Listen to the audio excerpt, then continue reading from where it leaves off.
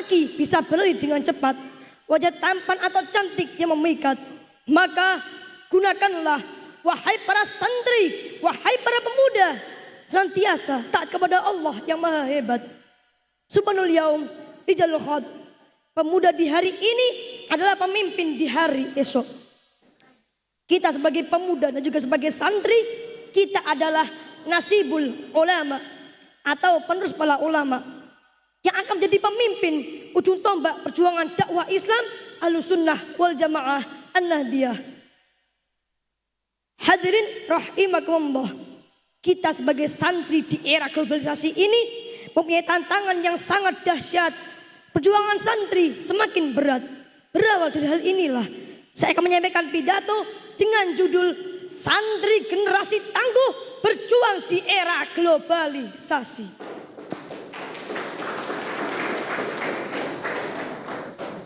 Hadirin rahimakumullah, era globalisasi telah membuat dunia tanpa batas. Yang jauh semakin dekat, yang dekat semakin melekat. Kegiatan hidup semakin mudah dan dapat dipersingkat. Ingin menikmati keindahan alam di seluruh dunia? Tinggal satu klik, keindahan alam di seluruh dunia bisa kita saksikan. Ingin mendengarkan murotal Quran dengan suara merdu? Tinggal satu klik di HP.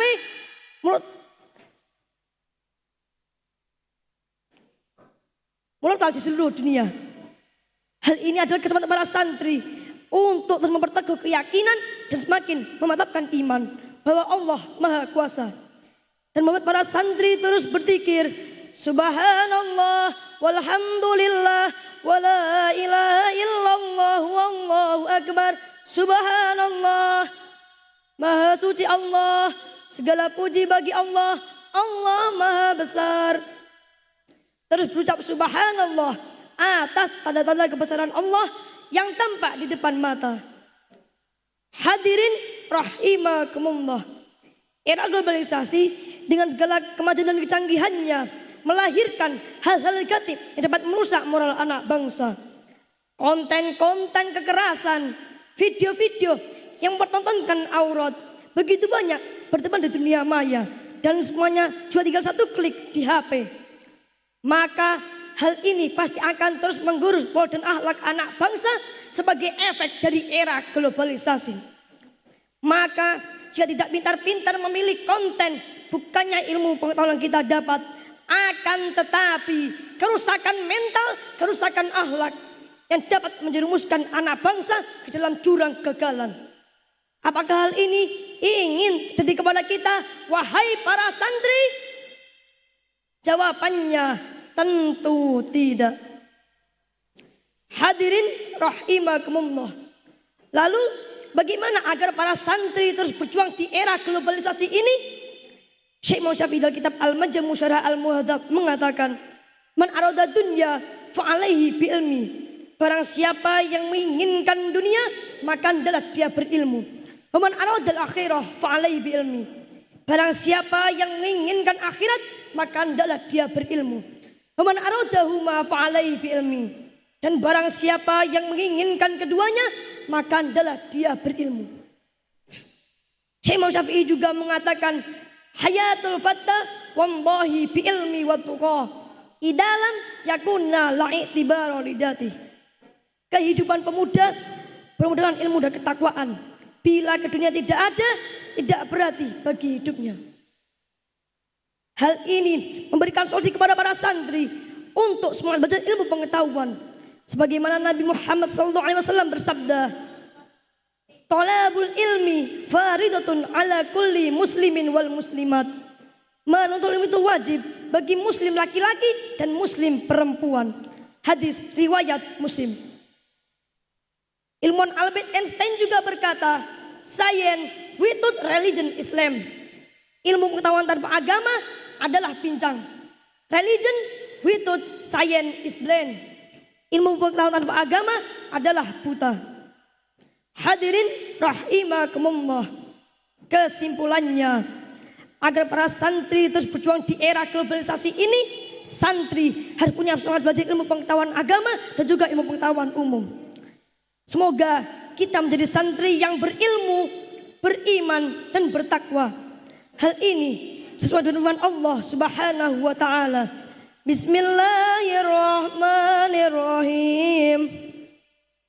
Yarfa'illahu alladhina amanu minkum walladhina utul ilma darajat.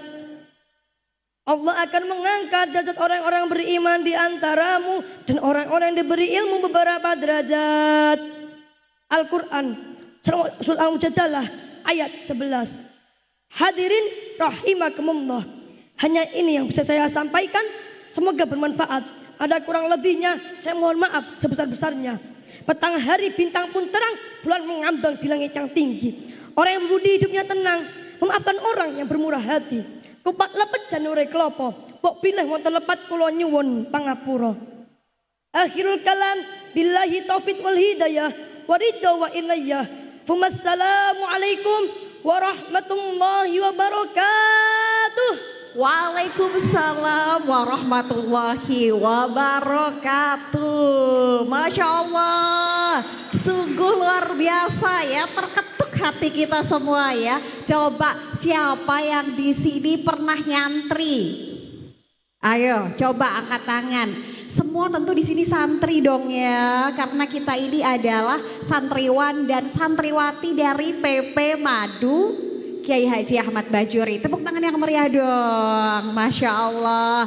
Bergetar hati kita semua ya, Bapak Ibu ya dan teman-teman semua. Karena tadi kita mendengar langsung, apa tadi katanya, ilmu tanpa santri generasi tangguh berjuang di era globalisasi. Oke, nah tadi sempat bilang katanya kalau ilmu pengetahuan umum tanpa ilmu agama itu apa katanya?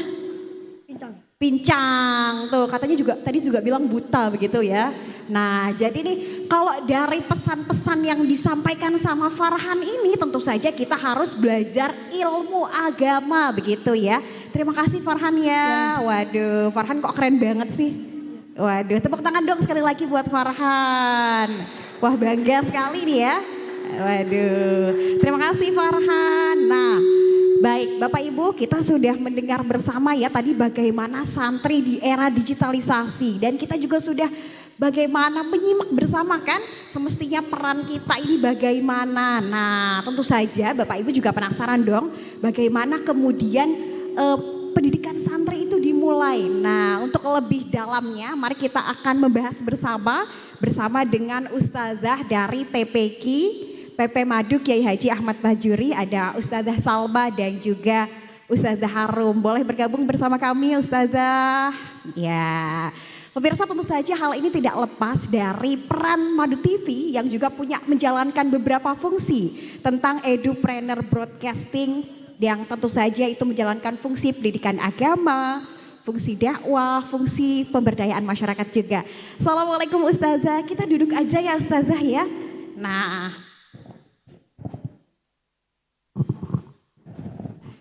Ustazah mungkin kita mengenal lebih dekat dulu ya. Yang Ustazah Harum ini dari mana nih? Perkenalkan saya Harum Asito, rumah saya campur darat sini. Wah dekat sekali ya, waduh. Kalau Ustazah ini dari mana nih Ustazah Salma? Sama juga campur darat sini. Oke, nah keduanya ini beliau dari campur darat ya pemirsa. Nah tentu saja pemirsa ini penasaran Ustazah. Kira-kira kegiatan belajar selama di TPQ itu apa aja begitu Ustazah? Kok bisa ada yang sungguh keren gitu ya. Berani tampil di depan, juga tadi hafal surat-surat pendek. Itu secara keseluruhan kegiatan itu apa aja? Mungkin Ustazah siapa dulu nih? Ustazah Salma silakan. Ya, saya. Dimulai dari jam 3:30 sore sampai jam 5 itu ada kegiatan pengajian dan kan ada yang masih ikro, ada yang sudah khatam. Nah, yang sudah khatam itu bisa menghafal surat pendek, yang masih ikro ya masih belajar ikro. Di samping itu juga ada kegiatan seperti belajar sholat, menghafal-hafal sholat gitu kegiatannya kurang lebih. Ustazah Harum kira-kira mau menambahi atau tidak nih? Atau mau menanggapi? Oke, kalau dari Ustazah Salma itu kan tadi secara keseluruhan. Tapi untuk bacaannya adik-adik tadi kan kita mendengar ada lagu-lagu yang khas. Nah itu adalah metode Umi. Jadi Metode Umi nggih. mungkin boleh Iya. dijelaskan lagi nih supaya pemirsa lebih paham begitu. Oke, jadi metode Umi itu adalah salah satu metode yang diajarkan untuk ngaji dan fokusnya adalah ke nada sama makharijul huruf. Makanya tadi nadanya anak-anak itu selaras, ada yang naik, ada yang turun. Misal Bismillahirrahmanirrahim. Nah, itu anak-anak pertama untuk anak-anak yang masih kecil kan masih kadang belum lancar ya, membacanya belum lancar. Nah itu caranya mengajar, kita ajari dulu lalu anak-anak menirukan. Jadi ustazahnya dulu lalu anak-anak. Nah untuk anak-anak yang sudah besar itu ada selingan belajar ilmu tajwid. Jadi misal kalau bacaan bismillah, nah itu dipanjangkan sepanjang 2 ketukan misal. Jadi makanya pembacaannya tadi bisa seragam. Jadi itu namanya metode Umi.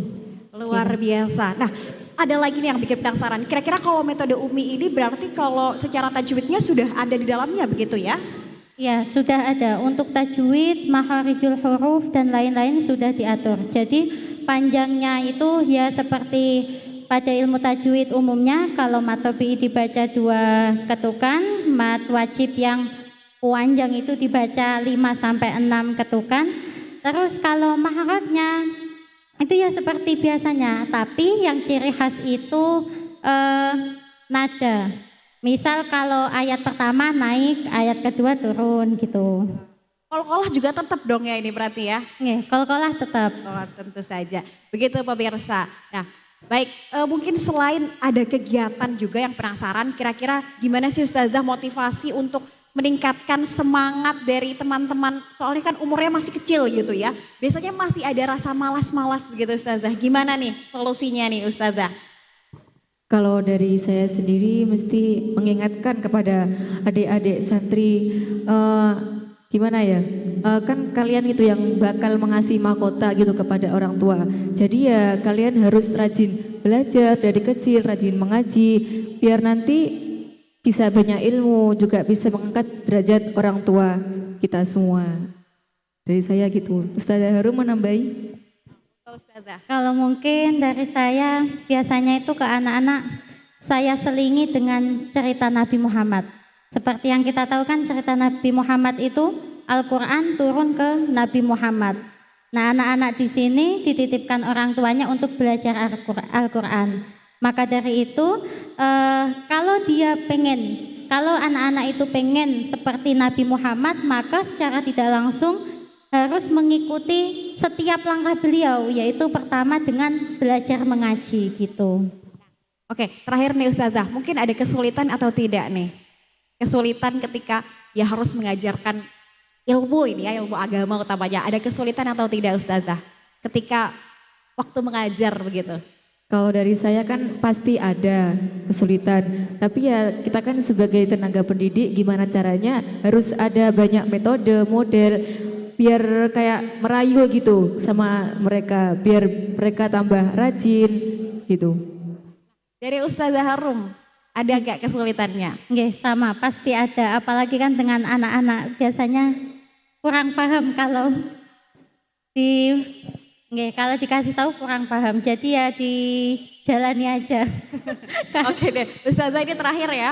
Ada pesan-pesan khusus nggak untuk murid-muridnya? Dari satu-satu dulu ya, dari Ustazah Harum dulu mungkin nih.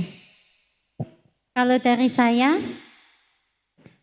ketika mumpung kita masih kecil ya, untuk adik-adik, untuk anak-anak dan untuk wali-walinya, kita usahakan ketika kita kecil, kita biasakan diri kita untuk selalu mengaji, karena mengaji itu adalah pondasi dari semua kegiatan. Karena ada satu hal yang memang kita tidak tahu, ada hal yang itu sangat melekat pada yang namanya mengaji, yaitu barokah. Itu mungkin kalau anak-anak belum bisa memahami kata-kata ini, mungkin bisa dari wali-walinya gitu. Itu jadi ada barokah yang terselip di kata mengaji itu, yang itu nanti insya Allah akan mempermudah segala langkah kehidupan kita. Amin, amin. Nah, Kalau dari Ustazah Salma, apa nih pesan terakhirnya? Kalau dari saya sendiri mungkin cukup singkat ya.